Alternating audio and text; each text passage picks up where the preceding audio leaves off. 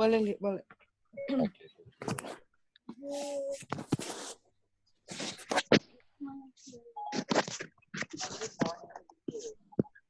Mari kita berdoa. Bapa di surga, terima kasih ya Tuhan atas kebaikan-Mu pada kami. Kami sudah di Indonesia, kami boleh istirahat dan boleh diizinkan lagi untuk bangun pagi ini dengan tidak kurang satu apapun juga, dan boleh berkumpul dengan teman-teman di Amerika melalui Zoom. Kami akan belajar bersama ya Tuhan, firman Tuhan. Biarlah Tuhanlah yang menuntun kami, berikanlah kami pengertian dari surga, dan bekerjalah di hati kami ya Tuhan, buat kami untuk mau dibuat mau, untuk menurut semua firman-Mu, dan Engkau boleh bekerja dalam diri kami untuk menghasilkan buah-buah penurutan dan mengerjakan keselamatan kami dengan takut dan gentar. Kami berdoa khusus untuk Lali yang membawakan, biarlah Tuhan Allah yang menuntunnya, supaya apa yang mau disampaikan itu adalah kehendak Tuhan saja. Terima kasih ya Tuhan, berkati koneksi pagi ini agar supaya tidak terhalang kami untuk mendengarkan firman-Mu. Terima kasih Tuhan, inilah doa dan permohonan kami di dalam nama Yesus, Tuhan dan Juru Selamat kami. Amin. Thank you, Kak. Oke, selamat pagi buat kita semua yang di Indonesia. Selamat sore yang Kak Gladys dan Joy yang di Amerika. Kita akan mulaikan Bible study kita. Ini sudah tanggal 3 ya, 3 April di Indonesia. Mungkin masih tanggal 2 di Amerika. Apa bisa lihat share screen-nya? Bisa ya? Bisa jelas? Bisa. Oke.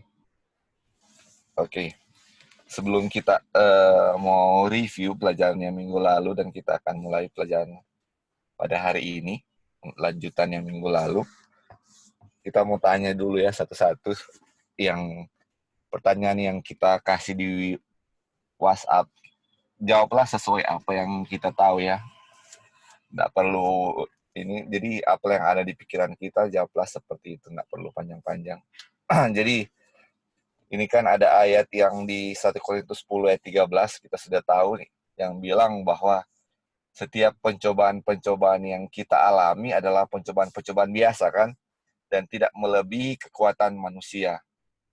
Jadi, Tuhan mencobai Kak Wanda kekuatan sampai di mana, Kak Dolphin kekuatan sampai di mana, Kak Gladys sampai di mana, Joy sampai di mana, saya sampai di mana. Jadi masing-masing kekuatan beda-beda, dan pencobaan itu sesuai dengan kekuatan kita, bukan? Jadi tidak akan melampaui batas kekuatan kita setiap cobaan. Pertanyaannya, jadi pertanyaan sekarang untuk kita, jadi apakah yang Yesus pencobaan kan, kalau kita lihat memang sampai titik maksimal yang setan uji ke Yesus. Jadi misalnya pencobaan yang Yesus alami, apakah pencobaan yang Yesus alami itu tidak akan pernah diuji ke kita, karena kita nggak mampu untuk menanggung itu, di luar kemampuan kita. Apakah seperti itu? Apakah pencobaan yang Yesus alami tidak akan pernah kita hadapi karena di luar kemampuan kita? Kita mau tanya Kak Wanda, apakah Kak Wanda akan pernah mengalami pencobaan yang Yesus alami karena pencobaan Yesus di luar kemampuan Kak Wanda? Dan pencobaan Kak Wanda sesuai dengan kemampuan Kak Wanda. Gimana Kak kira-kira? Apakah seperti itu Kak? Ya, gimana Kak? Jadi kalau kita balik ke prinsip kan, pencobaan-pencobaan kita alami ini tidak melebihi dari kita punya kemampuan kan. Jadi kalau dibandingkan yang pencobaan di dunia yang kita alami itu tidak seberat yang Tuhan Yesus alami. Oke. Oke. Uh-uh. Oke. Jadi nggak akan Itu alami nggak ya. seberapa. Ya. Iya, oke. Iya, Oke, thank you, Kak, untuk jawabannya. iya. Ada Kak Roy, Kak?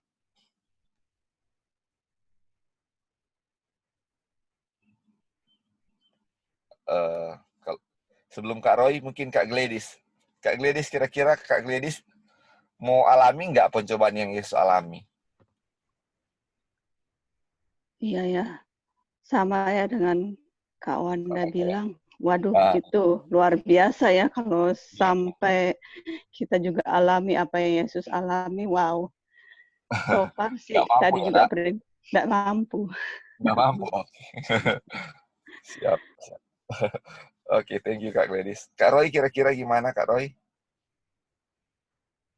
Iya, jadi yang jelas setiap pencobaan itu Ah, adalah alat Tuhan, cara Tuhan untuk memurnikan setiap ya, individu, ya. dan itu bagi ukuran individu itu tidak akan melebihi kesanggupannya akan diberikan jalan keluar. Nah, Oke. tetapi kriterianya berbeda-beda untuk Iya, iya. setiap orang gitu. Dari satu poin kepada poin yang lain berbeda-beda. Ada si A poin ini dia mudah, Kuat. tapi bagi si Ah, B iya kuat, ah, tapi si B oke. dia lebih sulit. Nah, itu Oke. dia. Tapi soal kuatnya juga apa namanya itu ya demikian lah ya. Nah, Ya, nanti soal tapi intinya prinsipnya yang mau diajarkan adalah apa namanya nggak boleh ya sudah terlalu jauh mungkin di situ dulu nanti kita iya. tambahkan. Oke, Oke, thank thank you you. Kak Ya. jawabannya ya. Jadi, ya oke. Ke Kak Dolphin, kira-kira Kak Dolphin gimana Kak? Eh, Apakah pencobaan yang Yesus alami Kak Dolphin nggak akan pernah alami? Karena Kak Dolphin kekuatan dengan Yesus kan berbeda kan? Kira-kira Kak Dolphin bisa jawab? Ya, Kalau gimana bro? mau diukur kekuatan, maksudnya kekuatan kita beda dengan Tuhan Yesus itu gimana? Kalau Tuhan Yesus datang sebagai manusia 100% dan dia memberikan teladan kemanusiaannya, berarti kita sama dengan dia. Iya. Dia datang sebagai teladan, artinya apa yang dia lewati mampu kita lewati. Ayatnya tadi sudah disinggung oleh Wanda bahwa tidak ada pencobaan-pencobaan yang yang melebihi kemampuan kita kan. Pertanyaannya tadi adalah di level mana kita bisa lewati? Apakah misalnya hari ini kita diuji langsung kepada penyalipan? Jujur kita nggak sanggup. Kalau ujiannya langsung kepada penyalipan, oh kita mau disalib, kita dipukul, dicambuk. Iya. Tapi kalau Yesus bisa datang sebagai teladan dan apa yang Tuhan Yesus lewati itu harus kita lewati, kita akan disambutkan. Itu sih kalau pemikiran kita. Iya. Oke bro, thank you jawabannya ya semua. Joy, kira-kira Joy ada jawaban lain atau? Ya, Li, kita tahu semua pencobaan yang manusia alami, Yesus udah alami kan? Ya, itu for sure ya. Ya. Tapi kalau pencobaan yang apakah kita harus sama dengan Tuhan Yesus ya, itu yang Lali tanya. Ya, jadi misalnya pencobaan yang Yesus alami, ya anggaplah semua yang itu. Apakah kalau dikasih ke Joy bisa lewat itu enggak? Oh, yang Yesus alami kalau kasih ke kita, apakah kita bisa? Iya. Oh, Atau okay. karena kekuatan Yesus beda dengan kekuatan Joy, jadi percobaannya beda lah dengan pencobaan yang Yesus alami. Jadi percobaan biasa. Oh, ya tadi yang Kak Opin bilang apa Kak Roy tadi, yang Yesus datang kan sebagai manusia toh.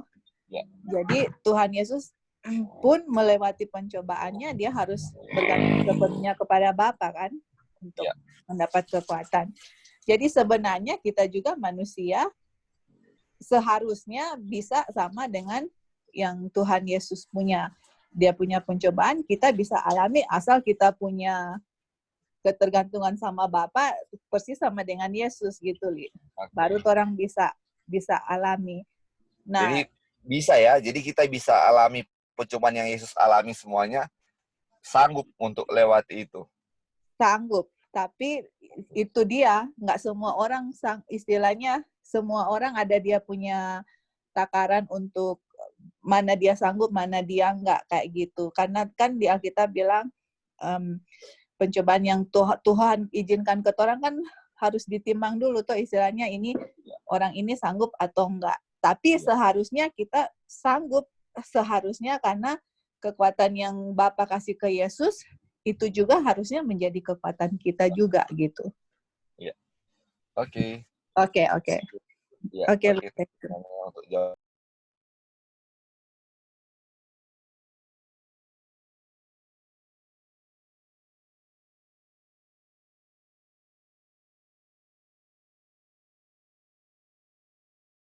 Oh sorry, kita dapat mute tadi. Oke, jadi jawabannya ya agak sedikit berbeda, tapi betul ya. Jadi masing-masing ada yang bisa lewat, bisa hadapi dengan kekuatan Tuhan. Kalau yang lain mungkin kalau datang ke kita nggak mampu untuk menghadapi cobaan yang Yesus alami. Bayangkan ditampar, diludah, sampai yang di akhirnya disalibkan. Bisa nggak kita lewati itu ya? Oke, sebelum akan nanti ada kutipan yang akan menjawab ini pertanyaan-pertanyaan ini. Tapi mari kita review dulu pelajaran yang minggu lalu dan kita akan masuk ke pelajaran hari ini ya. Oke. Jadi pelajaran yang minggu lalu kita sudah baca. Jadi dia bilang kan di Wahyu 3 ayat 18 yang dia bilang, aku menasihatkan kamu. Dan di Wahyu 3 ini kita tahu adalah pekabaran untuk jemaat Laodikia kan. Jadi pekabaran untuk jemaat Laodikia adalah katanya ada counsel, I counsel thee. Kalau dia I counsel berarti dia adalah counselor ya. Dia menasihatkan berarti dia adalah penasihat. Dan kita sudah tahu penasihat itu dia bilang penasihat yang saksi yang faithful and true witness kan. Kalau kita baca di ayat 14 kepada Amin, faithful and true witness dia bilang begitu. Jadi saksi itu bukan saksi. Counselor ini yang faithful and true witness ini dia menasihatkan kita kata supaya beli emas yang dimurnikan dalam api supaya kita menjadi kaya. Karena kita tahu kenapa supaya kita kaya, karena Laodikia adalah miskin, buta, telanjang kan? Buta, miskin, buta dan telanjang. Jadi supaya bisa kaya karena miskin harus beli emas katanya kan. Wah, orang miskin disuruh beli emas. Bisa beli nggak ya? Kalau orang kaya disuruh beli emas, masuk akal. Tapi kalau ini orang miskin yang disuruh beli emas, agak jadi pertanyaan juga kan. Tapi kalau kita baca di Yesaya itu, ternyata belinya bukan dengan uang. Jadi kita beli ini bukan dengan uang ya, without money. Jadi harus beli emas supaya kita kaya. Dan setelah kita belajar minggu lalu, ternyata emas itu adalah apa? Ada yang tahu? Ada yang masih ingat emas adalah apa? Trial atau faith with yang diuji. Kan emas yang dimurnikan atau emas gold with emas yang dimurnikan atau diuji dengan api. Jadi emas itu adalah faith kan? Kita sudah belajar minggu lalu, emas adalah faith yang dimurnikan. Jadi emas yang dimurnikan sama dengan iman yang dimurnikan kan? dengan berbagai-bagai pencobaan.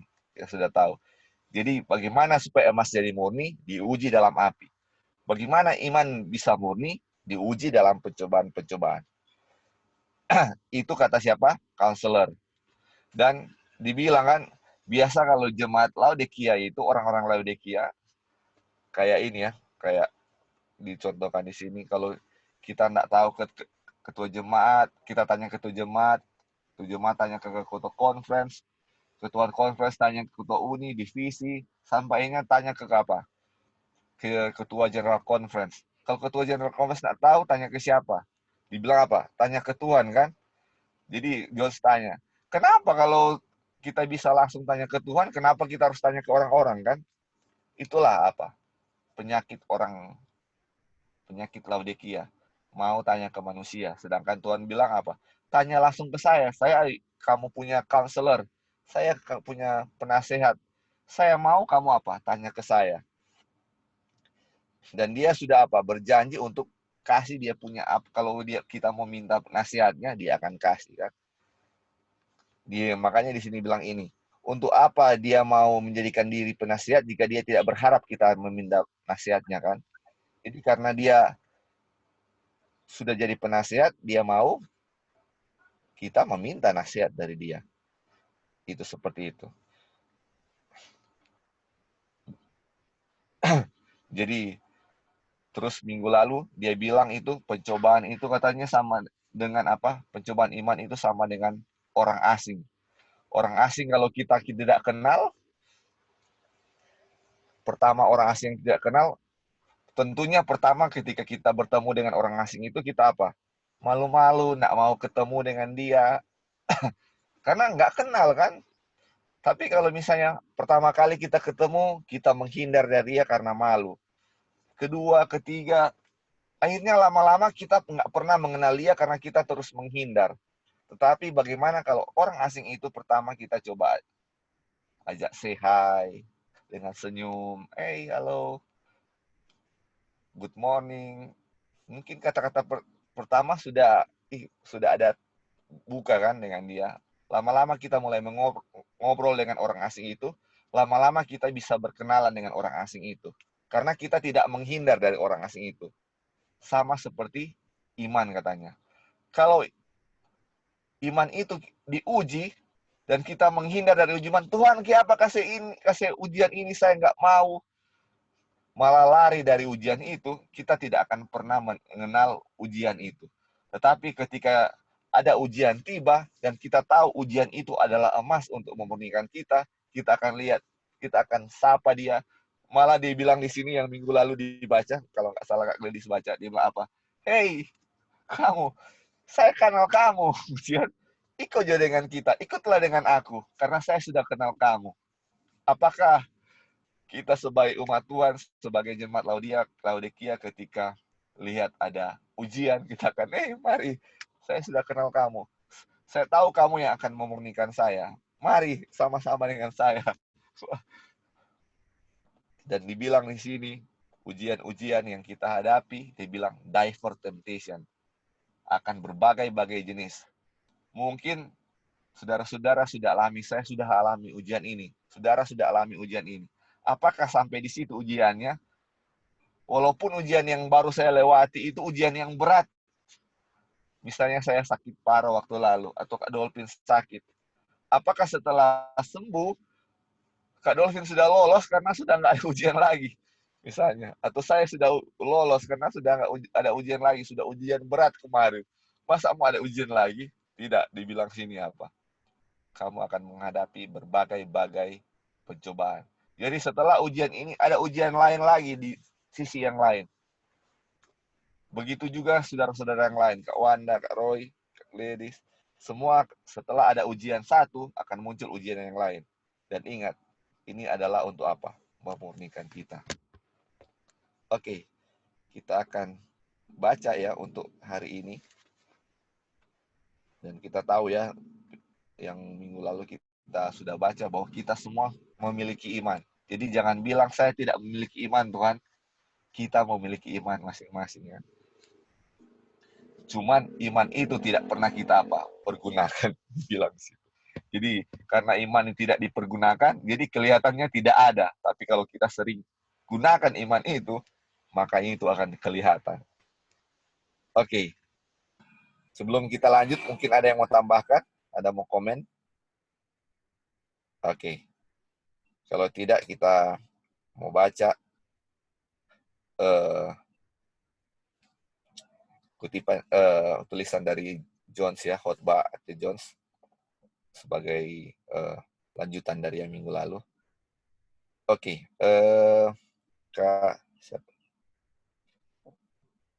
Kak Dolphin boleh baca, Kak, kutipan pertama yang mengapa?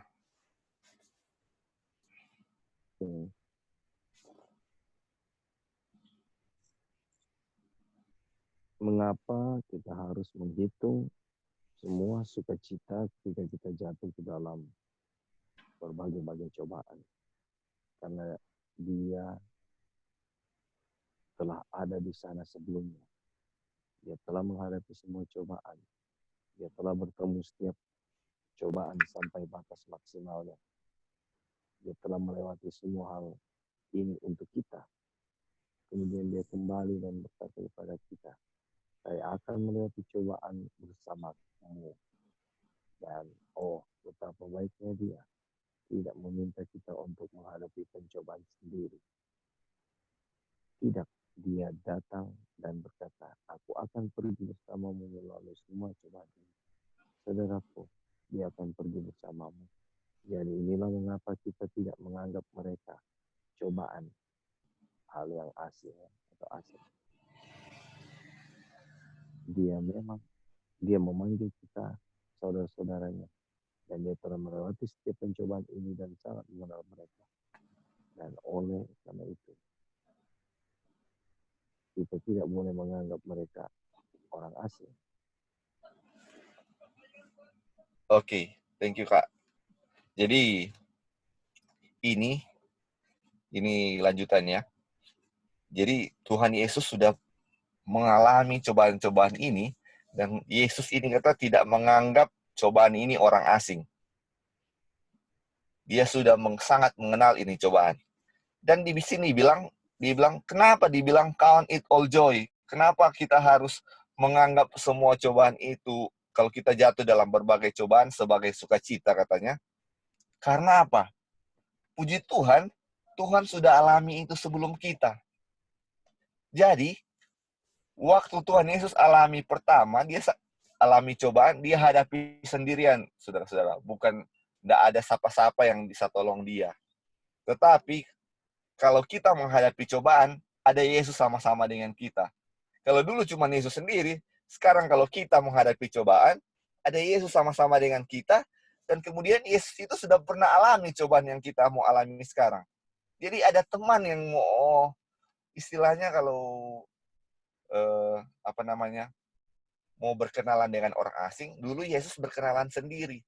Tapi sekarang kita dikenalkan. Ini, jadi lebih gampang kita berkenalan dengan orang asing karena sudah ada yang duluan kenal kan. Misalnya ada orang asing nih, Kak Dolphin sudah kenal dia sebelumnya. Saya nggak kenal orang asing ini.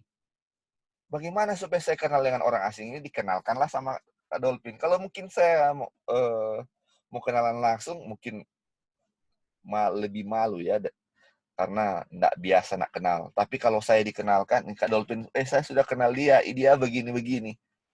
Akan lebih mudah saya mengenal orang asing itu. Dan ketika kita melewati cobaan itu, kita ada dengan Yesus. Yesus akan bersama-sama dengan kita dan akan menolong kita. Makanya ada yang minggu lalu dibilang, dia adalah apa? Selain dia penasihat, dia eksekutor kan? Selain dia bilang begini, dia juga akan bersama-sama dengan kita melakukan apa yang dia nasihatkan kepada kita. Kalau dia bilang beli emas, dia juga akan bersama-sama dengan kita untuk membeli emas. Dia akan bersama-sama dengan kita untuk apa? Melakukan apa yang dia bilang ke kita. Luar biasa ya. Oke, ini kita akan baca ya, dan akan menjawab pertanyaan tadi.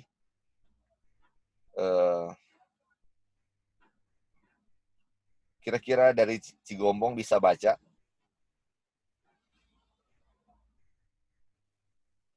Bisa lah, Le. Iya, bisa. Ya, oke. Apakah Kristus tidak mengenal pencobaan? Tidak.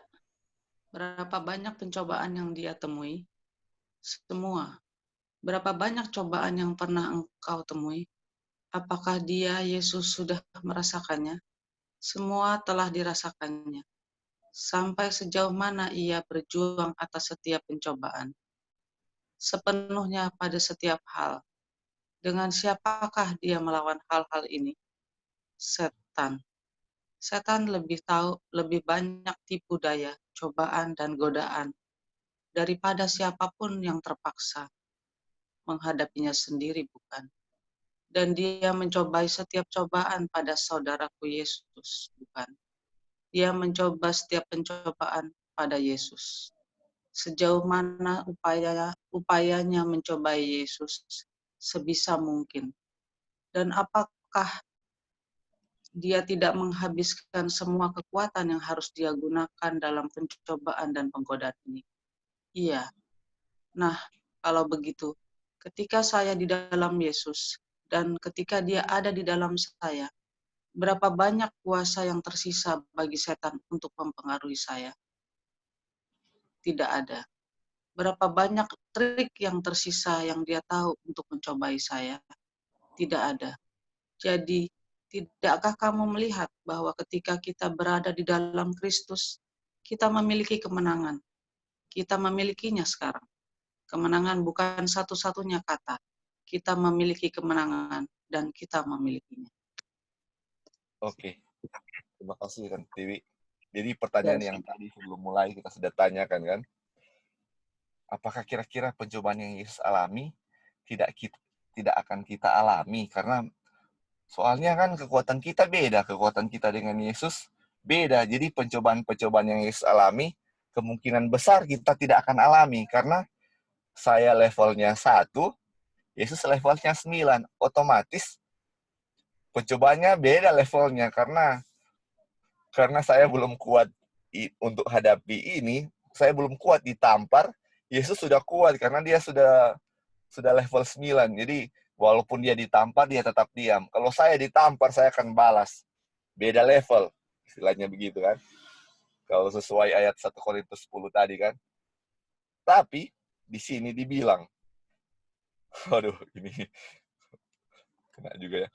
Dibilang, apakah Kristus tidak mengenal pencobaan? Kenal, semua cobaan dia sudah tahu. Dia sudah pernah alami. Dan levelnya sudah sampai maksimal setan cobai dia kan. Dan dibilang sini, tidak ada hal yang tersisa pas setan yang trik atau godaan yang tersisa pas setan yang dia tidak gunakan ke Yesus. Semua dia gunakan, yang ada yang pun yang tersisa untuk dia gunakan kepada Yesus supaya Yesus bisa jatuh. Semua dia gunakan, saudara-saudara. Dan tidak ada yang tersisa kan dibilang sini. Sejauh upaya yang dia bikin, sebisa mungkin supaya sebisa mungkin segala upaya dia lakukan supaya bisa uji Yesus kan. Dan makanya kita bilang, aduh kita nggak bisa sama seperti Yesus, bisa lewat seperti itu. Tetapi di sini, bagaimana kalau kita selalu bilang, oh Christ in me. Kalau Yesus di dalam saya, atau saya di dalam Yesus, apakah pencobaan ini tidak akan saya alami? Sekarang Yesus ada di dalam saya. Apakah mau ditampar akan kita alami? Enggak.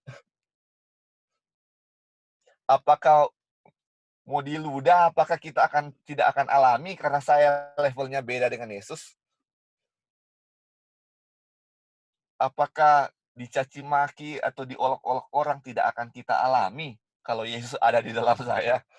Jadi, apakah kita akan bilang lagi, Tuhan saya tidak akan mampu kalau pencobaan yang Engkau alami akan saya alami?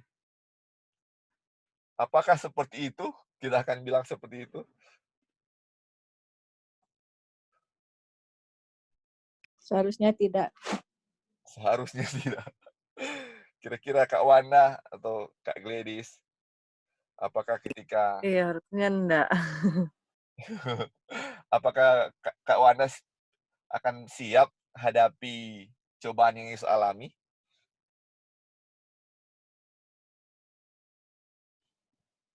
Siap, Kak? Belum, Atau Kak?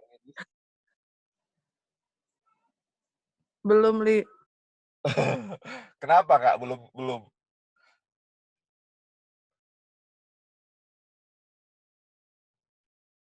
Kenapa kira-kira belum? Apakah belum ada Christ in me kan? Kita nggak sanggup karena Iya, kita Christ rasa belum Christ in me. ada Christ in me.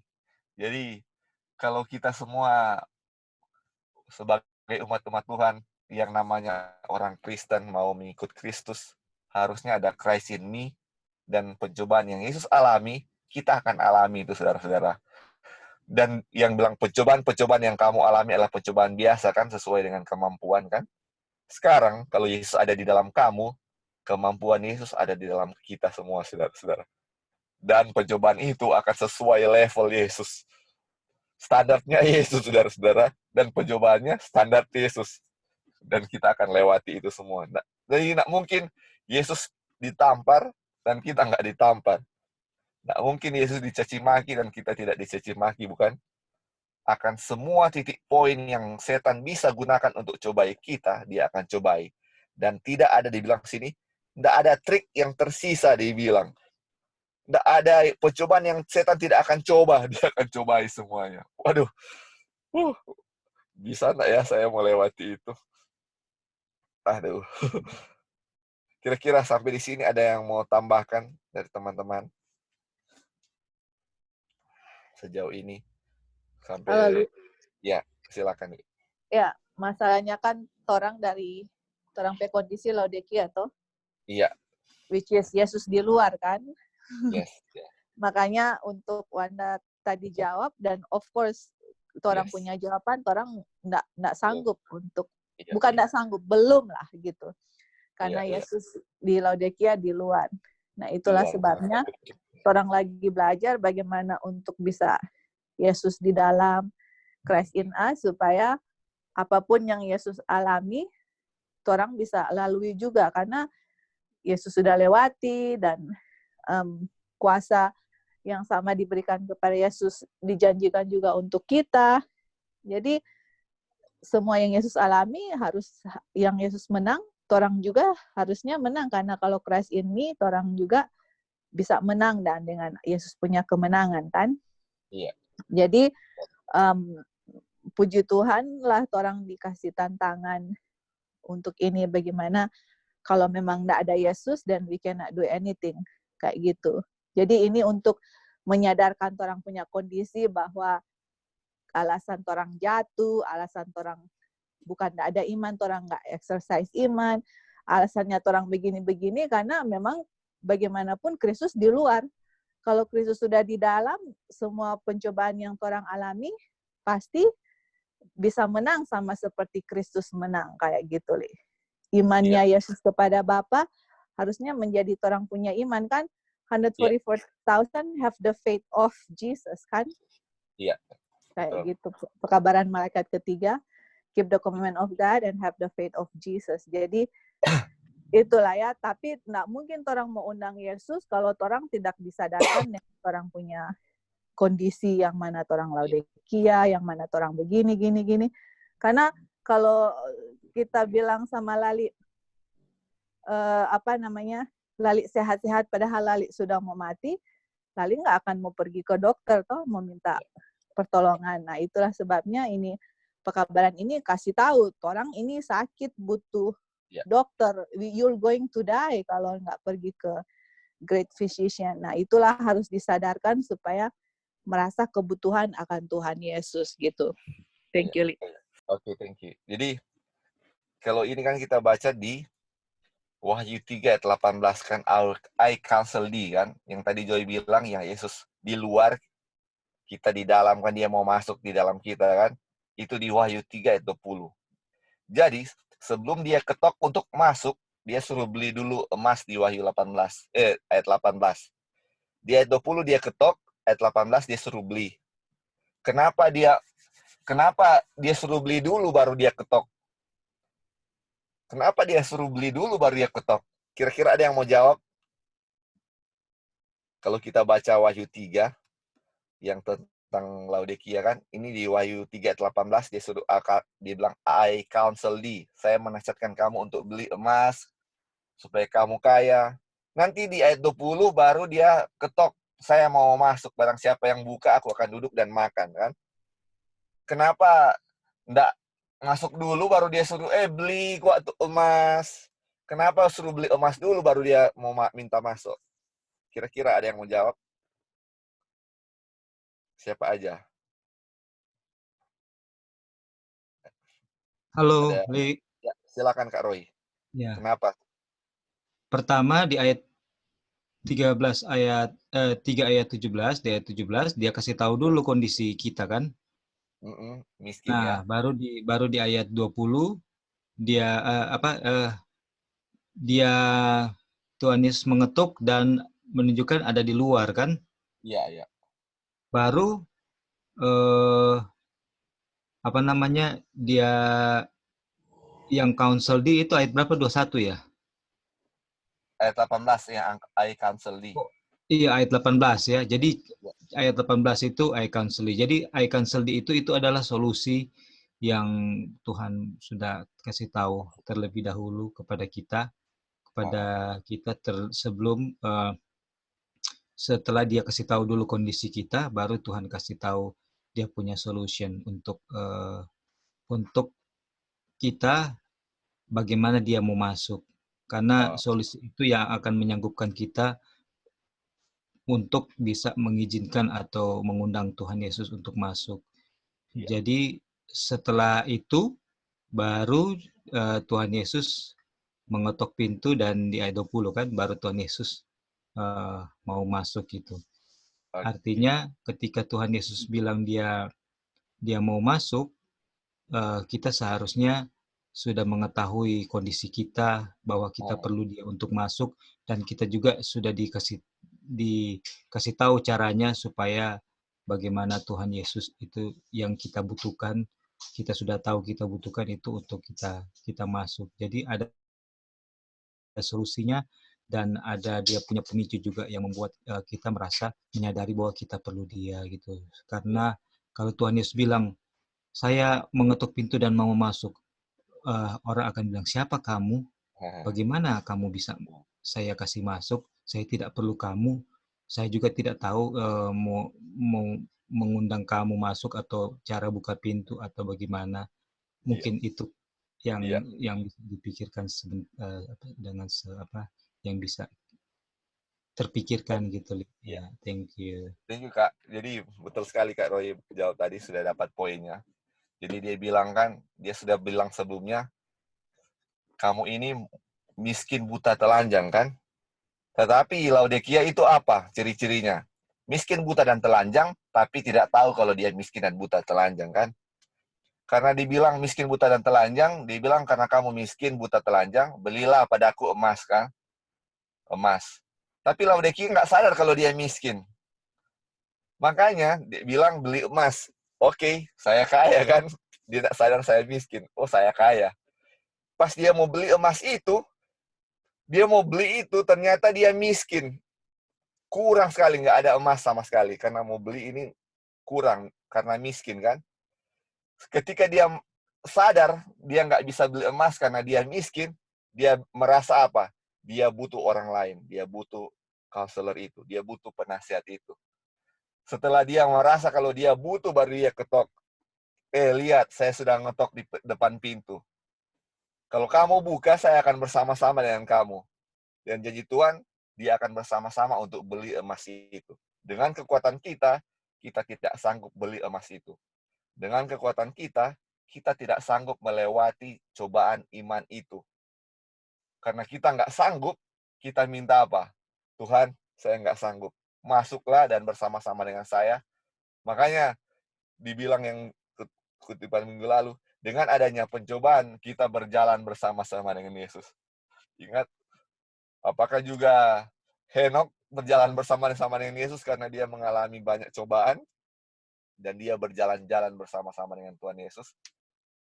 Dan itu akan terjadi dengan kita. Dengan banyaknya cobaan, kita akan selalu bergantung kepada Tuhan. Oke, terima kasih ya. Halo, Li. Ya, Kak Roy, silakan. Kita mau yang mungkin masih relate dengan ini. Ya. Kita kebetulan baru baca atau dengar dia punya audio yang mengenai masa muda, masa kehidupan Tuhan Yesus, masa mudanya di Early Desire of Ages yang chapter masa-masa perjuangan. Iya. Itu. Aduh, di situ betul-betul dibukakan bagaimana Tuhan Yesus punya kehidupan. Betul-betul dia itu lurus sekali. Segala sesuatu dia jawab dengan ada tertulis. Dia punya cara pergaulan, dia tidak bergaul dengan orang-orang muda yang bercanda-bercanda itu, dan kehidupannya yang sangat lurus, sangat penuh perhitungan. Oleh saudara-saudaranya dianggap dia itu lain dan kayak bodoh gitu ya, seperti itu. Tapi Tuhan Yesus bilang begini, dengan bagaimanakah seorang muda menjaga dirinya untuk supaya tetap itu. Dia jawab semuanya dengan ada tertulis.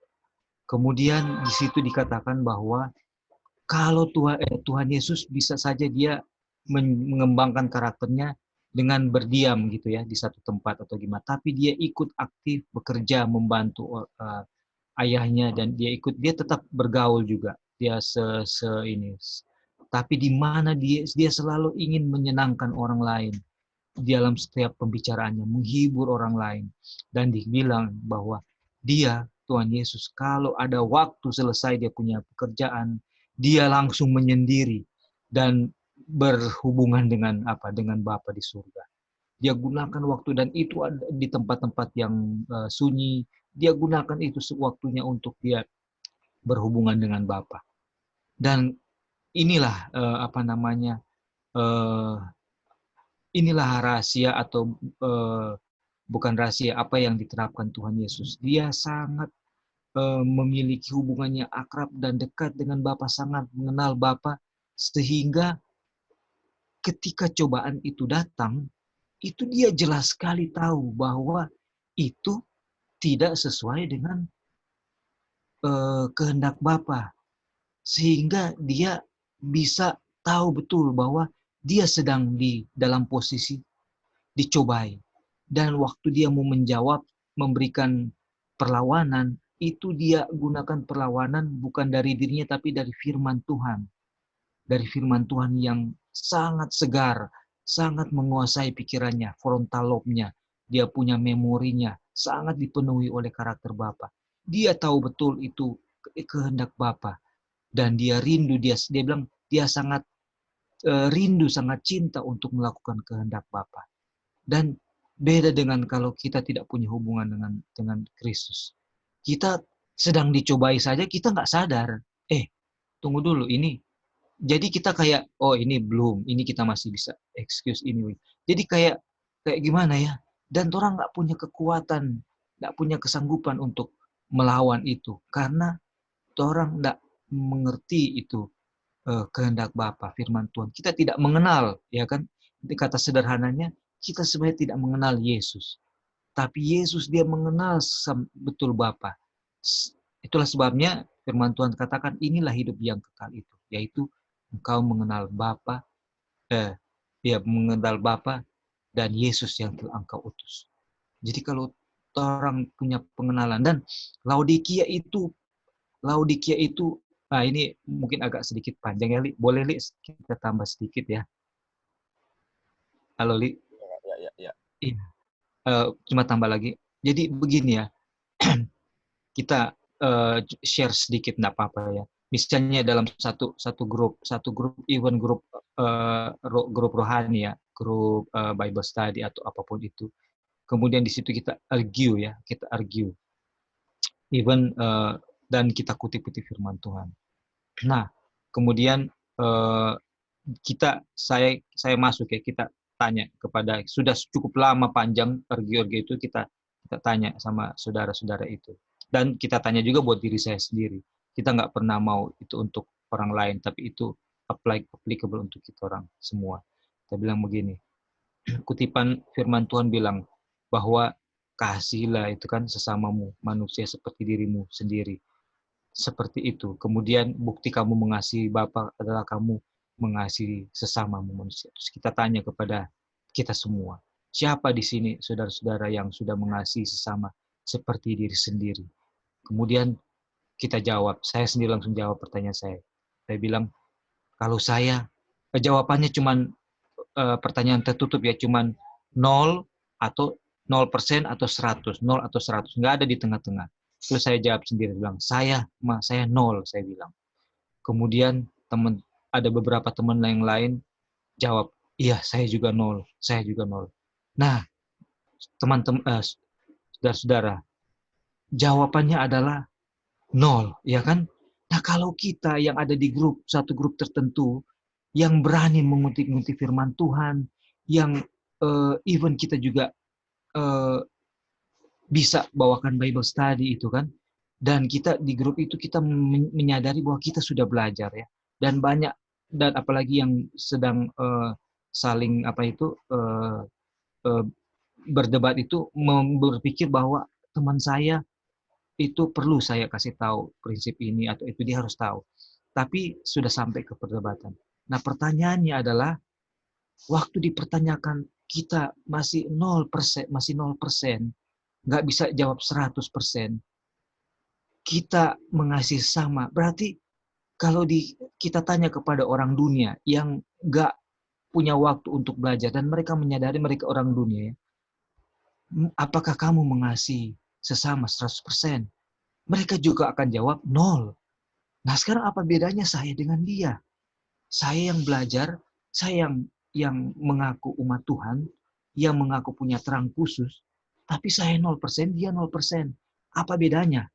Bedanya adalah saya yang belajar dan mengaku umat Tuhan, mengaku punya pekabaran khusus, 3 malaikat, ya kan? Tapi waktu ditanyakan masih bisa hanya berani jawab 0, saya adalah orang yang berani untuk mengutip firman Tuhan, berani untuk membawakan Bible study even ya, dan berani mengaku sebagai umat Tuhan, dan berani maju ke pulpit untuk berikan something.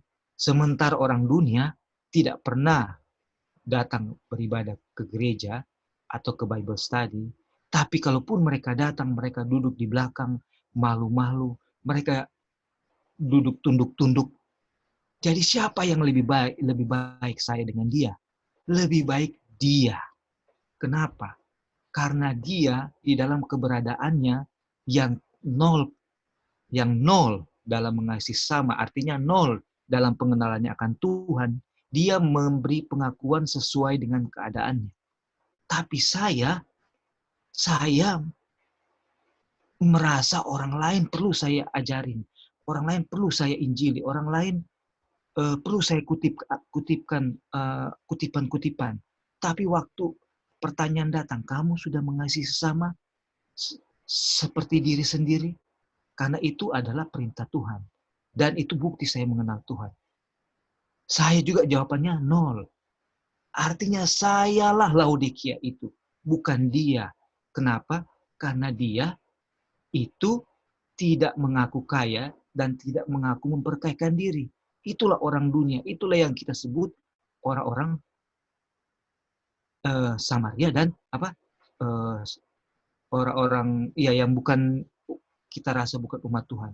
Tapi kita yang merasa umat Tuhan bikin pengakuan ya, tapi kalau mau diukur saja dengan ukuran yang sederhana yang karakter Kristus, bahwa Kristus mengasihi sesamanya malahan melebihi dirinya sendiri, kita itu sama dengan orang dunia. Tapi kita memiliki pengakuan bahwa kita umat Tuhan.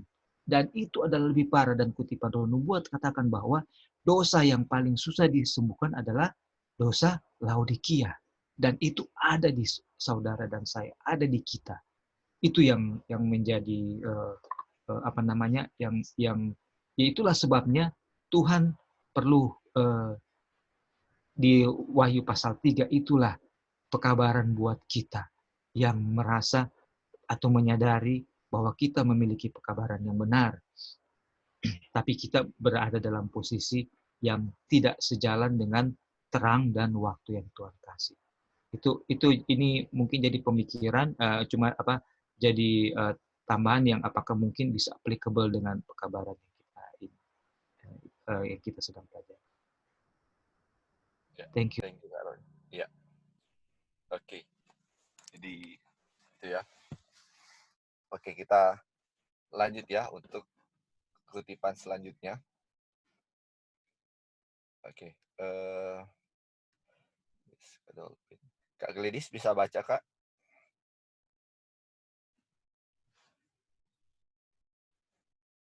Oke, Li. Ya, thank you. Ya. 2 Korintus 2 ayat 14. Tetapi syukur bagi Tuhan yang dalam Kristus selalu membawa kami di jalan kemenangannya. Dengan perantaran kami, Ia menyebarkan keharuman pengenalan akan Dia di mana-mana. Pikirkan itu. Kapan itu? Sekarang dan selalu, itulah waktunya. Bagaimana? Oleh kami. Di mana? Di mana-mana. Kemudian saya ingin tahu apa yang ada di dunia, mengapa kita tidak memiliki kemenangan di dalam Kristus. Saya ingin tahu apa yang ada di dunia, mengapa saat ini kita bukan pemenang. Ini adalah kemenangan yang mengalahkan dunia, yaitu iman kita. Iya, jadi ketika kita berada di dalam Dia, kita benar-benar aman, bukan? Apakah kita aman selama kita di dalam Dia? Ya. Oke. Thank you, Kak. Jadi di sini bilang di ayat 2 Korintus 2 ayat 14, syukur kepada Tuhan bahwa kita akan mengalami kemenangan, kata sekarang dan selalu, now and always, kan dia bilang sini, Kak. Terus dengan siapa? Dengan kita, kan? Di mana kita akan memperoleh kemenangan yang sekarang dan selalu? Dibilang sini, di mana-mana kita akan memperoleh kemenangan. Mulai saat ini dan selalu kita akan mulai kemenangan. Tetapi kenapa katanya di dunia ini kita kalah-kalah terus ya? Kenapa saya tidak menjadi pemenang di dunia ini? Sedangkan iman yang dibilang situ adalah yang iman yang mengalahkan dunia, kan? Kalau iman yang mengalahkan dunia, otomatis kita adalah pemenang. Karena kita memiliki iman. Masalahnya, dibilang sebelumnya kan di atas itu, kita semua memiliki iman, tapi tidak pernah dipergunakan. Karena kita tidak apa katanya? Kita tidak berada di dalam Yesus. Dan Yesus berada dalam kita. Kenapa kita kalah? Karena Yesus nggak ada dalam kita. Makanya di sini dibilang, apakah kita aman kalau kita ada di dalam Dia? Iya, kita aman. Dan di sini The Jones kasih contoh tentang Refuge City. Ada yang tahu Refuge City? Pernah dengar Refuge City? Kota perlindungan? Ada yang pernah dengar? Apakah Tuhan Yesus sendiri kota perlindungan? Atau Yang di waktu bangsa Israel, Kak, kan mereka bangun kota-kota benteng, kota-kota perlindungan. Kak Roy pernah ingat? Di zaman Yosua, ya? Waktu mereka sudah di ini ya, sudah Kanaan. Iya. Kubu pertahanan gitu ya. Iya, kubu pertahanan. Kalau bahasa Inggrisnya Refuge City. Oh, bahasa Inggrisnya Refuge City ya. Oke. Iya. Jadi misalnya ini Kak Roy dan Kak Dolphin, misalnya Kak Roy lagi potong pohon, misalnya lagi potong pohon rambutan misalnya ya, pakai kapak. Kak Roy potong dan Kak Dolphin lagi berdiri ya di yang kalau enggak sengaja lagi berdiri di dekat-dekat situ. Ketika Kak Roy potong-potong itu pohon, Tiba-tiba tuh kapaknya terlepas tanpa sengaja. Akhirnya kena di Kak Dolphin, dan Kak Dolphin mati karena terkena kapak itu. Jadi, keluarga Kak Dolphin mau tuntut balas ke Kak Roy. Orang mau bunuh Pak Kak Roy karena suruh membunuh. Karena nggak orang lihat kan. Jadi orang pikir Kak Roy bunuh. Padahal Kak Roy nggak sengaja kan. Jadi bagaimana supaya Kak Roy bisa selamat? Kak Roy harus lari ke namanya Refuge City. Kota pelindungan ini. Jadi selama Kak Roy di Refuge City, Kak Roy aman. Nanti kalau misalnya tuh imam besar di kota Kak Roy sebelumnya, misalnya di Manado, misalnya, atau di salah satu kota di Israel waktu itu, imamnya sudah mati yang di kota itu, baru Kak Roy bisa pulang. Kak Roy bebas dari hukuman. Itu namanya Refuge City. Dan banyak hal-hal lain lah yang bisa dilakukan di Refuge City. Tapi salah satunya itu. Jadi selama Kak Roy ada di Refuge City, Kak Roy aman. Jadi mereka keluarga Kak Dolphin nggak bisa tuntut balas kalau Kak Roy ada di Refuge City. Itu namanya Refuge City ya. Nah, jadi sebenarnya Refuge City ini adalah apa? Gambaran tentang Yesus. Jadi waktu lalu yang sebelum di bangsa Israel apa yang Tuhan bikin itu semua gambarannya tentang Yesus. Salah satunya Refuge City ini. Jadi mau dibilang di sini kalau kita ini berada di dalam Yesus, kita akan aman. Selama kita berada di Refuge City, kita aman. Karena apa? Seharusnya kita mati kan? Seharusnya kita akan dihukum mati sama dengan karena dosa-dosa kita kan? Sama dengan sekarang kita ini. Kita harusnya akan mati. Setan sedang memburu kita kemana kita mau pergi. Tetapi selama kita ada di Refuge City, selama kita ada dalam Yesus, kita aman, dibilang di situ. Itu dia. Oke. Kita lanjut ya. Kalau ada yang mau tambahkan, silakan tambahkan ya. Oke. Tadi Kak Gladys. Kak Roy bisa baca, Kak? Oke. Ya. Nah, ketika kita berada dalam Kristus, perlindungan kita, dapatkah setan menyentuh kita? Dia tidak bisa. Perisai iman yang memadamkan semua anak panah berapi dari orang jahat. Perisai iman yang adalah Yesus Kristus adalah tembok kota perlindungan kita. Dan panah api musuh tidak dapat melewatinya sama sekali. Aduh. Itu adalah perisai iman kan yang perlengkapan senjata Allah. Perisai iman itu adalah Yesus sendiri. Tidak akan ada panah api yang bisa tembus kalau kita ada dalam Yesus. Waduh, makanya itu sama dengan kota perlindungan. Wah, tidak akan ada yang bisa. Makanya yang menjadi masalah sekarang bukan masalahnya sekarang kita nggak ada dalam Yesus, itu masalahnya. Masalahnya itu. Karena mungkin di awal-awal itu kita belum menyadari apa kalau kita ini miskin ya. Sekarang sudah diulang-ulang ya, kita miskin. Sadar, ayo sadar.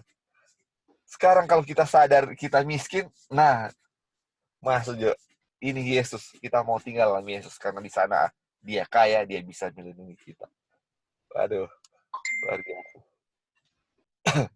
Halo, Li. Ya, Kak. Ya, Oke. Itulah, Li.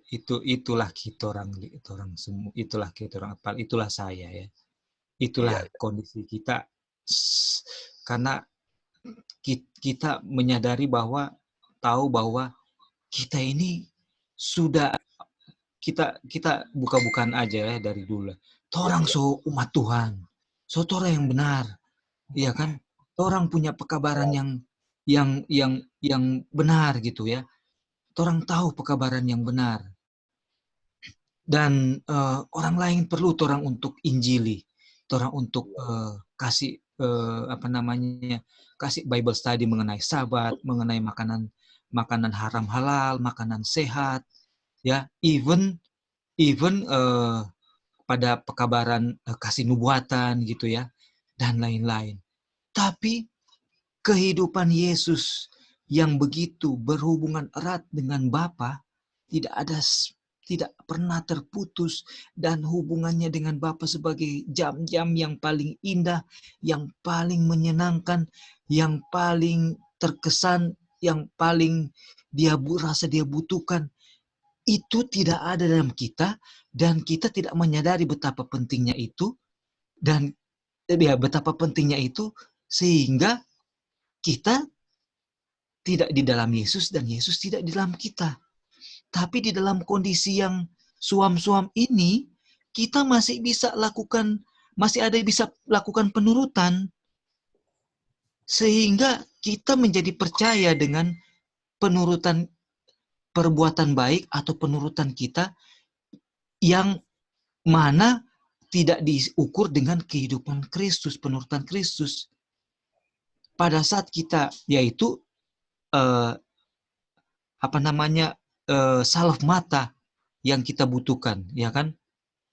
Jadi karena kita tidak punya salaf mata, kita tidak ukur kehidupan kita dengan Tuhan Yesus, kita tidak punya pengetahuan, pengenalan yang cukup akan Dia, kita tidak punya pengetahuan yang cukup akan Dia, karena itulah kehidupan kekal, kita merasa kita sudah umat Tuhan, kita sudah cukup, berkecukupan, dan Yesus sudah, kita sebut-sebut Yesus, tapi kita tidak mengembangkan hubungan sebagaimana Yesus punya hubungan dengan Bapa.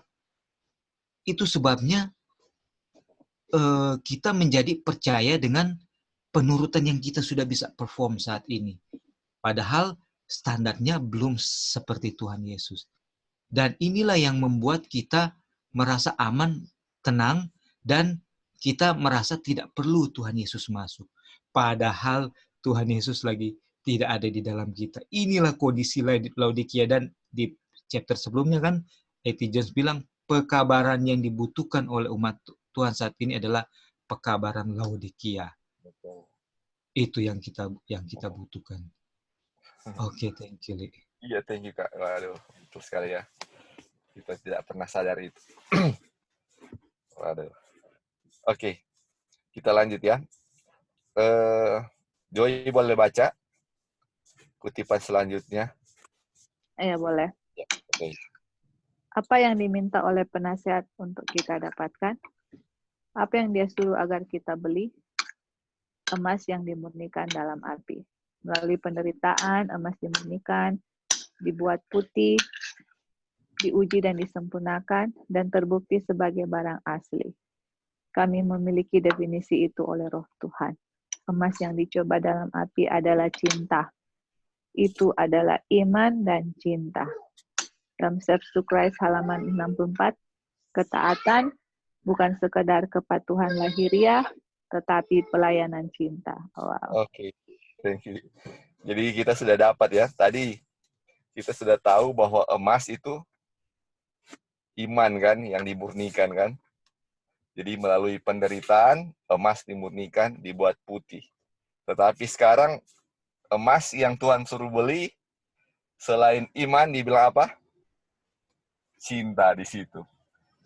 Jadi makanya segala sesuatu berlandaskan kasih kan. Bagaimana mungkin kita melakukan sesuatu, saya mau beriman, saya mau percaya kepadanya, tapi saya nggak cinta dia. Saya mau bergantung kepada Tuhan Yesus. Apakah kita mau bergantung kepada Tuhan Yesus karena kita lagi butuh dia? Bukan karena saya cinta dia. Sama kayak kita mau minta tolong orang ya, atau istilahnya gini, mau ada perempuan dan laki-laki. Ini kita mau kawin sama dia karena dia banyak harta kan, dia banyak doi. Kita mau kawin dengan dia karena dia banyak doi, supaya saya bisa beli ini, bisa beli itu, supaya setiap apa yang saya butuhkan saya bisa beli kalau kawin dengan dia. Tapi bukan cinta. Jadi kita mau kayak Tuhan Yesus, kita cuma mau dia punya pertolongan karena kita tahu Tuhan Yesus mampu, tetapi kita mau minta tolong dia bukan karena kita cinta dia, cuman ada maunya. Jadi keuntungannya dari saya yang saya mau itu, bukan karena gara cinta ya. Waduh, jadi emas itu adalah apa? Iman dan cinta. Bukan cuman iman aja, tetapi ada love di situ. Jadi penurutan itu bukan sekadar apa lahiriah, tapi apa? Pelayanan cinta. Oke, kita lanjut ya. Tapi sampai di sini ada yang mau tambahkan sebelum kita lanjut? Oke. Sekarang tadi kan kita sudah baca tentang apa? Kita sudah belajar tentang emas yang pertama disuruh belikan itu emas. Sekarang kita akan baca tentang pakaian putih. Oke. Kak Dolphin boleh baca Kak.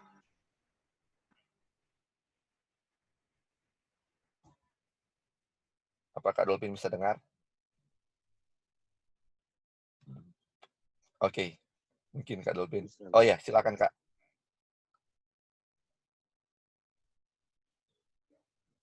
Mulai dari apa ya? Oh ini.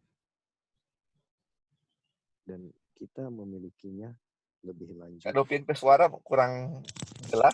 Mungkin bisa. Halo? Ya, Ini? ya. Boleh, Kak. Dan kita memilikinya lebih lanjut. Belilah padaku emas yang dimurnikan di dalam api, dan pakai pakaian putih yang akan kamu kenakan. Dan engkau ingin deskripsi yang kami miliki tentang pakaian itu.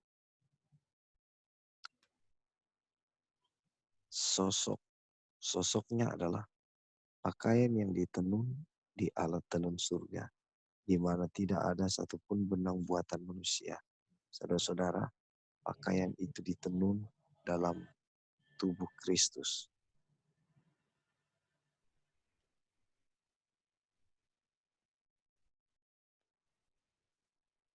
Halo Kak.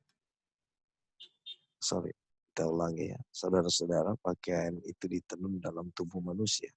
Tubuh manusia, daging Kristus adalah alat tenun, bukan? Pakaian itu ditenun dalam Yesus, dalam daging yang sama yang engkau dan saya miliki. Karena dia mengambil bagian dari daging dan darah yang sama yang kita miliki. Daging yang adalah milikmu dan milikku, yang dikenakan Kristus di dunia ini. Itulah alat tenun yang dipakai Tuhan untuk mengenakan pakaian itu untukmu dan aku, untuk dipakai dalam daging. Dan dia ingin kita memakainya sekarang juga, ketika daging dibuat abadi pada akhirnya. Oke. Thank you Kak. Jadi ini tadi emas, sekarang pakaian putih kan. Jadi kita sudah tahu pakaian putih kebenaran Kristus. Jadi di mana pakaian putih ini dibikin ya? Ditenun di mana dia punya benang-benang ditenunnya? Ternyata ini dibikin katanya di dalam daging Kristus. Oke. Kayaknya sampai sini belum jelas ya, apa kira-kira yang mau ditenun seperti apa itu ya? Dan dibilang yang mau ditenun itu di dalam daging kita. Ini bukan pakaian apa namanya? Pakaian yang kita bisa lihat ya, yang dijahit di luar baru kita pakai. Tapi ini tenun di dalam diri kita. Oke, kita lanjut ya, supaya kita bisa lihat. Kak Gladys bisa baca Kak, kira-kira? Halo, Kak Gladys bisa dengar? Iya, bisa. Ya, oke Kak. Boleh Kak. Ini Apa alat tenun? Apa alat tenunnya? Kristus dalam daging manusianya. Apa yang dibuat di sana? Pakaian kebenaran. Kristus ada di dalam kita, sama seperti Bapa ada di dalam Dia, dan karakternya ada di dalam kita, sama seperti Bapa ada di dalam Dia, dan karakternya akan ditenun dan diubah menjadi kita melalui penderitaan, pencobaan, dan ujian yang kita temui ini. Dan Bapa adalah penenun, tetapi tidak tanpa kita. Ini adalah kerjasama antara ilahi dan manusia, misteri Tuhan dalam diri engkau dan saya. Misteri yang sama ada di dalam Injil, dan itu adalah pesan malaikat ketiga. Ini adalah kata penasehat luar biasa. Oke, Kak. Jadi, Kak, jadi ini kan kita sudah baca alat tenunnya di dalam diri kita kan. Jadi Iya. di dalam tubuh Kristus maksudnya. Jadi tenun pakaian ini ditenun dalam tubuh Kristus atau tubuh manusianya kan dibilang seperti itu. Dan sekarang pakaian itu akan dipakaikan kepada kita. Kak Gladys mau pakaian putih itu kan, Kak? Mau pakaian putih itu, Kak? Sangat mau sekali, Wah, Li. wah. Semua Wah, kita mau kan? Kalau nggak ada pakaian, kita baca di Matius itu, kalau nggak ada pakaian, kita akan dikeluarkan dari pesta kan, Kak? betul sekali. Betul sekali kan? Tetapi bagaimana itu pakaian ditenun kepada kita, Kak? Bagaimana Bapa menenunnya dalam diri kita? Kerjasama Ya, antara ilahi dan manusia. yaitu melalui Penderitaan, pencobaan, ujian, trials. That's right. aduh, saya juga baru tahu ini kalau pakaian itu kita bisa pakai melalui penderitaan. Karena itu dijahitnya langsung ke tubuh kita, Kak. Bukan langsung pakai begini, kayak baju, pakaian kita langsung pakai.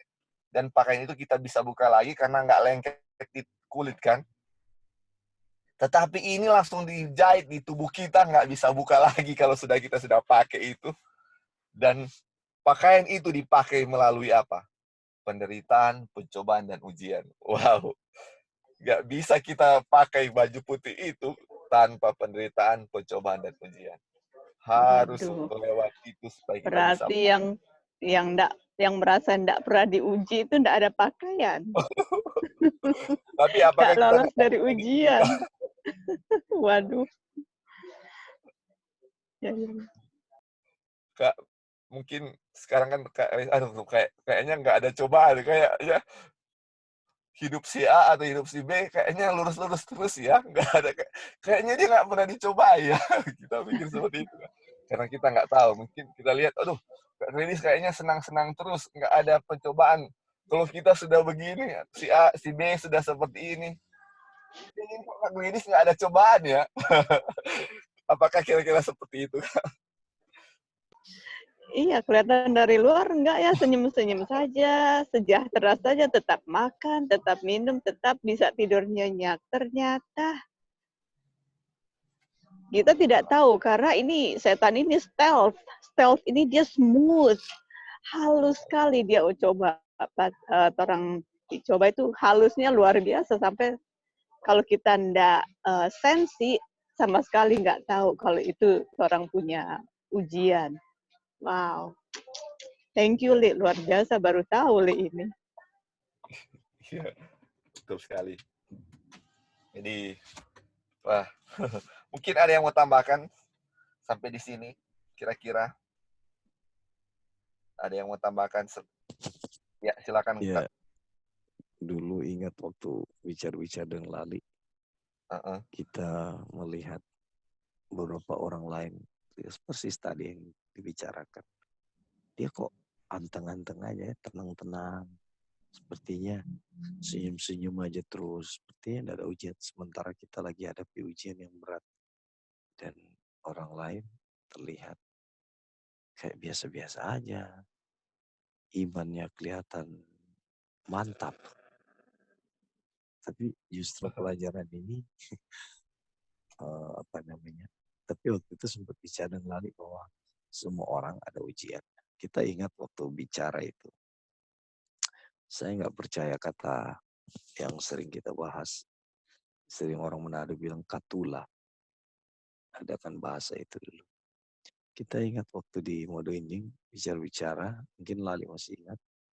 Kita bilang, Li, Ngana ini sepertinya kayak senang-senang aja ya, nggak ada ujian, nggak ada apa.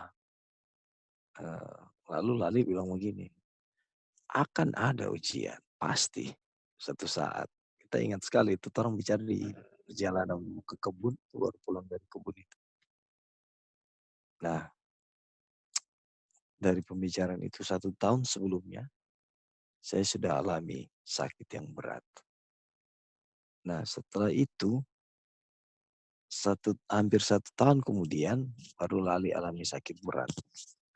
Di situ saya bilang bahwa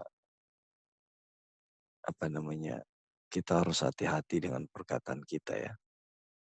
Karena kita nggak minta ujian.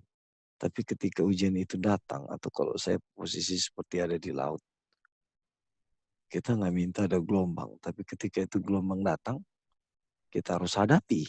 Karena mau lari kemana? Ada di atas kapal, di atas laut. Kalau kita bisa berjalan di atas air, mungkin kita bisa lari. Tapi kalau kita ada di posisi di laut dan kita harus hadapi ujian itu. Begitu juga waktu saya sakit dulu. Lalu waktu Lali sakit juga kita saksikan. Nah, ini gelombang yang harus kita lewati. Jadi tidak ada yang apa artinya lolos untuk tidak melewati semua ini ketika Tuhan mengasihi kita. Dia mau kita dimurnikan. Jadi kalau dulu persepsi kita tentang cobaan adalah mungkin kita mengeluh atau kita stres, dapat ujian. Tapi sekarang jelas belajar ini bilang bahwa harusnya kita bersyukur ya. Karena hal inilah yang Tuhan mau kita miliki. Ini emas untuk memurnikan kita. Kasih. Ya bro, thank you. Aduh, semua kita akan mengalami cobaan ya. Dan kalau kita sudah menghadapinya, sudah bertemu dengan cobaan itu, ingatlah bahwa ini adalah ujian untuk memurnikan kita. Inilah Tuhan lagi memakaikan baju putih. Jika kita menghadapi ujian itu dengan apa katanya? Dengan joy, waduh, dengan gembira. Aduh, oke. Kita baca ya kutipan selanjutnya. Oke. Kak Wanda boleh baca, Kak? Ini kutipan kedua terakhir. Boleh, Li. Ya, silakan. Jadi, kita dituntun melalui pencobaan dan ujian yang berapi-api ini untuk menjadi bagian dari karakter Kristus. Dan pencobaan dan ujian yang kita temui ini mengungkapkan kepada kita karakter kita dan pentingnya memiliki karakternya. Sehingga melalui pencobaan-pencobaan yang sama yang dia lewati, kita menjadi mengambil bagian dalam karakternya dengan membawa di dalam tubuh kebenaran dari Tuhan Yesus Kristus. Iya, thank you, Kak. Iya, Jadi dengan pencobaan yang kita alami, kata menunjukkan karakter kita seperti apa. Makanya yang yang kutipan yang bilang in crisis karakter reveal kan. Di dalam ujian karakter kita dinyatakan seperti apa. Dan kita lihat ketika ada ujian, ternyata ketika saya ditampar, saya balik tampar. Ketika saya dimaki, saya balik maki. Aduh, karakter saya seperti ini. Karakter saya dinyatakan memang seperti itu. Dan ketika kita tahu, ketika kita seperti itu, karakter kita seperti itu, kita akan merasa penting untuk memiliki karakter Yesus. Tuhan, ternyata saya miskin. Saya mau karakter Engkau. Jadi, dengan cobaan-cobaan yang kita alami ini katanya, semakin dinyatakan bahwa karakter kita seperti itu. Dan kita akan ambil bagian, Tuhan kita butuh Tuhan Yesus dalam saya, supaya saya bisa memiliki karakter yang Tuhan Yesus miliki. Ketika dulu Tuhan Yesus ditampar, dia hanya diam. Saya mau memiliki sifat itu, saudara. Tuhan, saya mau walaupun saya ditampar, saya tetap tidak akan membalas. Itu dia. Walaupun saya dimaki, saya dikata-katakan tidak baik, saya tidak mau membalas. Dan saya mau memiliki itu. Dan itu Tuhan Yesus sudah miliki. Waduh, itulah yang harus Itulah tujuan dari pencobaan-pencobaan kita. Dan ketika kita bisa lewat itu, kita tanpa sadari kita lagi pakai baju putih, saudara-saudara. Jadi baju putih itu bukanlah suatu hal yang pengetahuan yang kita cari-cari selama ini. Bukan seperti itu. Itu adalah pencobaan-pencobaan yang kita alami.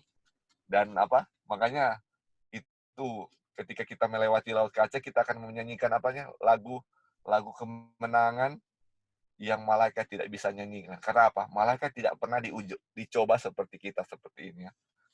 Itu dia. Oke, kita baca kutipan terakhir ya. Ada Nanti Early bisa baca.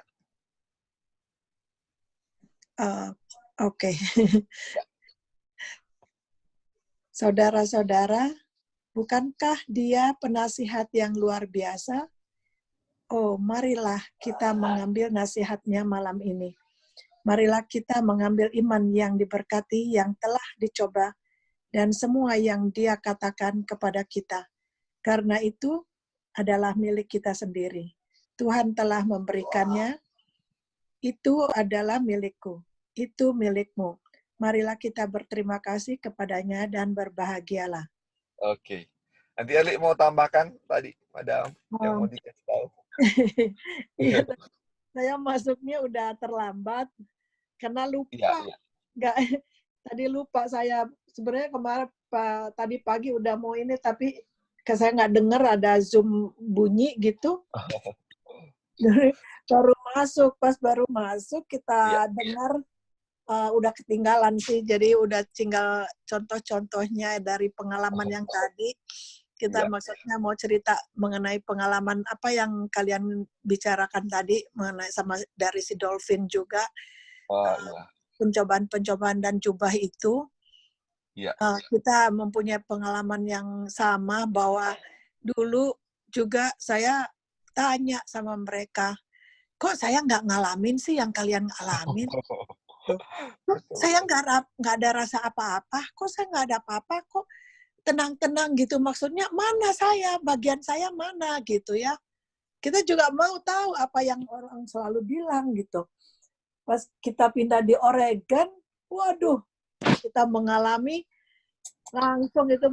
yang memang parah-parah. Kita memang belum siap ya, karena belum pernah langsung mengalami yang aneh-aneh, yang parah-parah, tapi itu bertubi-tubi terus. Pokoknya dari situ kita berdoa, terus dari situlah kita mengenal Tuhan itu dekat gitu ya. Selama ini enggak gitu. Jadi disitulah saya baru mengalami, ada Tuhan berdoa, dari situ saya nggak tahu mau kemana gitu, mau kemana ini bicaranya nggak tahu. Jadi kepada Tuhan jawab. Kita senang ya. Sudah itu Tuhan jawab, kita berdoa lagi Tuhan jawab. Jadi senang, jadi akhirnya kita dapat itu pencobaan, pengalaman yang terus berlanjutan terus. Pokoknya dari satu Tuhan udah solve the problem, ada lagi terus begitu terus sampai di sinilah. Jadi dari kita mengalami semua yang kita alamin itu, akhirnya kita lebih mengenal Tuhan lebih dekat gitu ya. Jadi rupanya kita baru sadari itu bukan satu pencobaan. Tuhan terima kasih. Malah bukannya kita mengeluh, tapi malah kita berterima kasih. Tuhan terima kasih. Dengan begini mendekatkan saya, meningkatkan kita punya iman gitu ya, dan percaya gitu. Karena saya dulu nggak tahu, selalu tanya, gimana sih percaya sama Tuhan itu? Bagaimana percaya sama Tuhan itu gitu ya? Karena saya memang orangnya yang ngomong jujur apa adanya, nggak tiding-tiding aling. Tapi karena dengan begitulah orang nggak suka sama saya gitu. Karena keterus-terangan saya atau apa adanya gitu. Terus dibenci orang karena itu, atau mungkin yang lain kita nggak tahu ya. Tapi Tuhan tahu segalanya. Dan sudah memang tadinya rasa udah kita mau merendahkan standar gitu ya.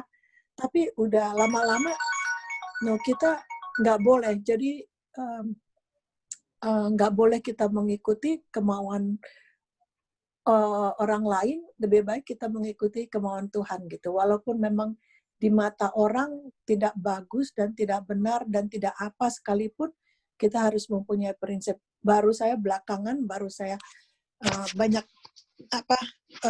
lebih dikuatkan gitu ya. Tadinya lemah, aduh gimana ini, gimana itu. Puji Tuhan, terima kasih kepada Tuhan. Sadar bahwa itu bukan satu ujian, tetapi Memang mungkin satu ujian, kalau bagi saya itu satu pembentukan, training gitu ya. Jadi latihan-latihan. Kalau saya gagal lagi, dikasih lagi. Saya gagal lagi, dikasih lagi. Terus sampai saya menang gitu. Tuhan terima kasih. Karena memang saya lemah gitu ya. Tapi Tuhan tahu, saya nggak mau bergantung kepada kelemahan saya gitu. Ya, itulah yang pengalaman yang saya udah alamin kadang mendengar tadi, jadi saya ingat bagaimana pengalaman itu dan saya sudah pas saya baca juga ada buku saya baca bahwa saya nggak boleh nyimpen sendiri juga ya, karena itu harus menjadikan satu kebiasaan saya menjadi witness gitu ya. Jadi karena kita tahu kalau rasul-rasul dulu juga Tuhan mau murid-muridnya menceritakan mengenai kebaikan Tuhan, bagaimana Tuhan punya kemurahan gitu ya. Jadi apa yang pengalaman hidup mereka ceritakan kepada orang-orang gitu yang belum mengenal Kristus. Jadi terus saya kepikir, aduh, kalau saya diam-diam, padahal Tuhan sudah begitu baik sama saya, Tuhan mau kita memuliakan Dia gitu kan. Dan ini yang saya barusan baca juga ya, ini mengenai nasihatnya. Nasihatnya kan bisa itulah dari buku-buku yang kita baca, yang kita pelajari dari firman-Nya, dari banyak yang kita disitulah iman kita ditambahkan kalau kita minta ya. Dan berkat yang kita dapat itu, dan juga semua yang dia bilang itu kan lewat firman-Nya. Dan itulah Tuhan sudah memberikan milikku. Di sini kan bilang milikku, milikmu. Jadi apa ini, mengenai apa? Mengenai baju putih? Mengenai iman atau? Iya, itu dia. Cobaan itu, yaitu iman, yaitu emas. Dan baju putih itu. Ya, Tuhan mau kita juga mengungkapkannya kan. Kita punya berterima kasih kepada Tuhan gitu. Dan kalau kita nggak mengungkapkannya, jadi nggak ada aktivitas, tambah lama tambah lempem juga. Oke, terima kasih. Ya, terima kasih Anteli tambahannya tadi. Jadi itu ya. Jadi kita akan menjadi karakternya, menjadi karakter kalau kita sudah melalui pencobaan-pencobaan itu. Jadi iman yang telah diuji, itu iman Yesus juga akan menjadi milik kita dan menjadi milik saudara kan, dibilang di sini. Dan Tuhan telah kasih kepada kita, dan itu adalah milik kita semua. Jadi puji Tuhan ya, Dia akan kasih kita berbagai-bagai macam cobaan untuk memurnikan kita. Seperti ini ya, ayat di Ayub 23 ayat 10 dia bilang apa? Karena Ia tahu jalan hidupku, seandainya Ia menguji aku akan timbul seperti emas. Waduh. Seperti emas apa? Emas yang diterai, emas yang diuji, emas yang dimurnikan dengan api. Bagaimana kita bisa jadi murni kalau tidak dibakar dengan api? Dan bagaimana, tadi kita sudah baca, bagaimana kita bisa pakai baju putih kalau kita tidak melewati cobaan? Karena dengan mengalami cobaan, baju itu sedang ditenun di dalam daging kita. Waduh. Dan berbagai-bagai cobaan itu adalah apa? Lagi membentuk satu jubah. Mungkin baru tangannya sebagian dibikin. Belum membentuk sebuah jubah. Jadi pelan-pelan jubah itu apa? Dianyam, ditenun dalam tubuh kita menjadi suatu jubah yang sempurna. Dan ketika kita sudah memiliki jubah yang sempurna, ketika kita masuk ke dalam pesta pernikahan, kita dikenal, oh ini adalah umat Tuhan. Dan kita tidak akan usir keluar dari apa? Dari pesta kan? Karena kita sudah memiliki jubah. Dan puji Tuhan, jubah dan emas yang Tuhan sudah nasihatkan kita untuk beli, itu adalah melalui cobaan dan ujian-ujian kita. Jadi, apakah sejak saat ini ketika kita menghadapi ujian dan cobaan, kita akan apa? Bilang apa? Puji Tuhan. Ingat, bukan pencobaan kita cari-cari ya, karena ini adalah emas, kita mau cari-cari itu ujian supaya kita beda ya. Dan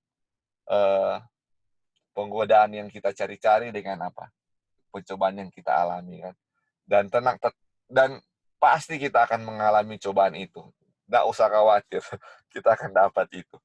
Setiap kita akan mendapat cobaan. Mungkin berbeda-beda jenis, beda-beda tekanannya, tetapi intinya, kalau Yesus ada dalam diri kita, dahulu Yesus sudah diuji dengan ujian yang berat, kita juga akan diuji dengan ujian yang berat, sama seperti halnya Yesus. Karena apa? Sudah ada Christ in me. Oke. Pelajaran kita sudah selesai. Mungkin ada yang mau tambahkan sebelum kita tutup tentang pelajaran hari ini? Ada yang mau? Ya, Kak Roy mau tambahkan, silakan Kak. Iya, terima kasih. Ini pelajaran yang sangat penting sekali. Kita ingat di devotion yang mengenai Paul dengan Moses. Apa kesamaan Paul dan Musa? Kalau ada yang tahu.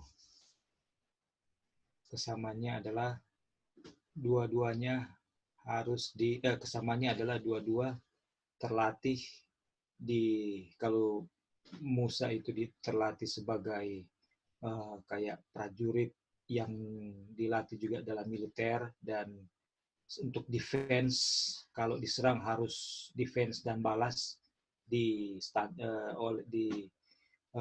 Mesir. Kalau Paul juga Romawi kan. Tapi mereka berdua harus Tuhan, kesamaannya yang kedua adalah mereka berdua harus Tuhan training dulu. Kalau Musa 40 tahun di padang belantara, di situ dia punya trials. Karena dia itu sangat terlatih dengan sangat dididik oleh prinsip-prinsip prajurit atau bangsawan dari Mesir. Dan Paul, dia juga harus dibutakan supaya dia bisa melihat Yesus. Itu dia punya. Tapi Ronubot bilang sama yang mereka alami. Dan kita orang juga di sini, T. Jones katakan bahwa trials yang orang harus alami ini sama juga seperti yang dialami oleh Paul and Moses. Sama. Itu trials itu adalah supaya kita orang boleh jadi seperti Yesus, bisa jadi seperti Paul dan Moses, bisa jadi rendah hati, bisa memaafkan, mengampuni orang, termasuk musuh-musuh kita, tidak cepat responsif, dan semua itu banyak sekali yang nggak bisa orang sebutkan satu persatu, tapi ukurannya adalah karakter Kristus. Itu yang sangat orang butuhkan. Dan trials ini memang diingatkan kita ya, bahwa ini adalah seperti bagaimana Tuhan Yesus mau mold kita, mau membentuk kita, atau mau mengukir kita menjadi batu-batu yang cocok untuk ditempatkan di bangunan yang lubang-lubangnya sudah tersedia. Tinggal kita dibikin fit di posisi-posisi tertentu. Jadi perbedaan dengan Tuhan Yesus adalah kenapa Tuhan Yesus ujiannya dikatakan tadi, ada kutipan tadi di atas ya, apa yang Tuhan Yesus lewati, ujian itu kita juga sama akan lewati. Tapi kenapa Tuhan Yesus lebih berat? Karena dia memiliki kuasa untuk keluar daripada, serta merta keluar daripada ujian itu. Kayak contoh, waktu dia disalib dan dia diolok-olok, dia memiliki kuasa untuk menurunkan api dari langit dan membakar habis semua orang yang mengolok-olok dia. Dia punya kuasa itu. Dan untuk bisa menahan dan tidak terpancing emosinya dan marah, itulah ujian yang berat sekali bagi dia. Kayak kita, misalnya kita di apa namanya, diolok-olok orang, ya kan? Dan orang itu sebenarnya bekerja di perusahaan milik ayah kita atau milik kita yang dia tidak tahu misalnya. Dan kita punya kemampuan, kuasa untuk, Ngana nggak tahu siapa kita. Ngana sekarang dipecat. Nah, kita pecat Ngana, siapa Ngana? Gitu. Nah, itu yang sangat berat bagi Tuhan Yesus. Dia punya kuasa, tapi dia tidak pernah lakukan hal itu. Karena selalu yang ada di hadapannya adalah, terbentang di hadapannya adalah, saudara dan saya tidak akan punya harapan kalau dia tidak meminum cawan itu. Kalau dia tidak mau mati bagi diri, dia mau ikutin dia terpancing dengan dia punya apa yang direncanakan oleh setan, maka saudara manusia tidak akan punya harapan. Itu selalu yang ada di dalam di dalam pikirannya yang membuat dia mau minum cawan, karena dia mengasihi saudara dan saya. Itu. Dan Bapa di surga juga sangat diuji kesabarannya. Setan membuat Bapa itu sangat kecewa, sangat teruji karena pemberontakan saudara dan saya. Romo buat bilang bahwa setiap pemberontakan, setiap amaran-amaran yang tidak didengarkan, itu membuat Bapa sakit hati. Dan setan menguji batas kesabaran Bapa. Sehingga apakah Bapa akan stop dengan dia punya rencana keselamatan dan binasakan semua manusia. Tapi disitulah kasih setia Bapa. Bapa tidak membatalkan rencana keselamatan. Maju terus dengan anaknya Yesus Kristus. Itulah bukti bahwa Bapa sangat mengasihi kita. Tuhan sangat mengasihi kita. Jadi kalau kita jatuh dalam berbagai-bagai pencobaan, marilah kita ingat Bapa bahwa Tuhan sangat mengasihi kita dan tidak mau berhenti untuk rencana keselamatannya, walaupun sudah diuji dari berbagai macam sisi untuk menimbulkan amarah dan membuat panjang sabar Tuhan itu berhenti. Itulah yang setan bikin Tuhan sakit hati. Tapi Tuhan tidak pernah berhenti dengan rencana keselamatannya hingga saat ini. Malahan diberi perpanjangan waktu bagi kita semua. Supaya karena dia masih di luar dan kita belum menyadari bahwa kita butuh dia. Karena kita belum belajar mengenai Tuhan Yesus. Kita belum beholding Yesus. Sehingga kita belum mempelajari karakternya dan belum mengenal dia. Dan belum mengasihi dia. Sehingga kita masih terus jatuh dalam dosa. Padahal ujian-ujian itu Tuhan berikan untuk kebaikan kita. Nah, terima kasih Lali untuk pelajarannya dan buat kita semua. Ya, puji Tuhan ya Kak Roy. Ya. Jadi yang seperti kita lihat tadi juga kan, emas yang diuji itu adalah apa? Iman dan cinta. Jadi seperti Kak Roy bilang juga, Tuhan menguji kita adalah kenapa? Dasar cinta ya. Ya, mungkin ada yang lain lagi sebelum kita tutup. Ada yang mau kasih komentar sedikit? Ya, Lali. Silakan. Puji Tuhan untuk pelajaran pagi hari ini yang begitu indah, mengharukan sekali ya, bahwa dalam setiap pencobaan-pencobaan itu sebenarnya Tuhan ada di sana. Ya. Tapi kadang mata jasmani kita ini kan tidak bisa melihat ya. Dan juga Tuhan Yesus itu kadang ada di dalam hati kita, tapi kadang juga tidak ada. Sehingga kita sering jatuh dalam pencobaan-pencobaan karena kita mungkin kurang berserah kepada Tuhan. Dan juga pencobaan-pencobaan itu bukan hanya di dalam kesulitan, tapi juga di dalam kelimpahan, di dalam kesukaan kita, itu juga banyak pencobaan. Ya, kami merasakan bahwa memang bukan hanya saat ditampar orang ya, seperti Tuhan Yesus, maksudnya di dalam orang memaki kita atau menjelek-jelekkan kita. Kadang kita juga tidak bisa melihat seperti itu, bahwa itu sebenarnya pencobaan bagaimana kita punya karakter seperti Tuhan Yesus untuk tetap sabar, tetap lemah lembut. ya mungkin kita bisa di depan mereka kita masih boleh sabar, tapi mungkin di dalam hati kita kesal ya, kita marah, ya itu kita belum punya Tuhan Yesus di dalam hati kita ya.